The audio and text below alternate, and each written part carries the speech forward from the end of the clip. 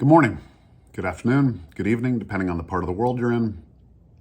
This is Jonathan Satovsky of Satovsky Asset Management, and on today's episode of Seeking Wisdom, Wealth, and Wellness, I want to talk about why I hate statistics and averages. No one's average. Everyone is on ranges outside of average. Statistics can tell any story or can mislead any story.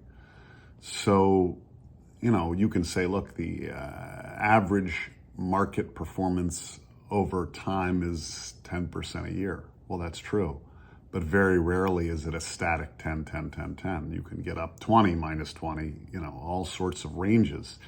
And then the investor experience doesn't ever end up getting that average because their behavior questions the efficacy of that average because they don't ever achieve that average. When they're doing better, they get more ebullient and contribute more. And when things get worse, they get a little bit more despondent and question their staying power and stamina, and they're not able to stick still. So averages really throw people off. What people really need to focus on for expectation purposes is the range of possible outcomes.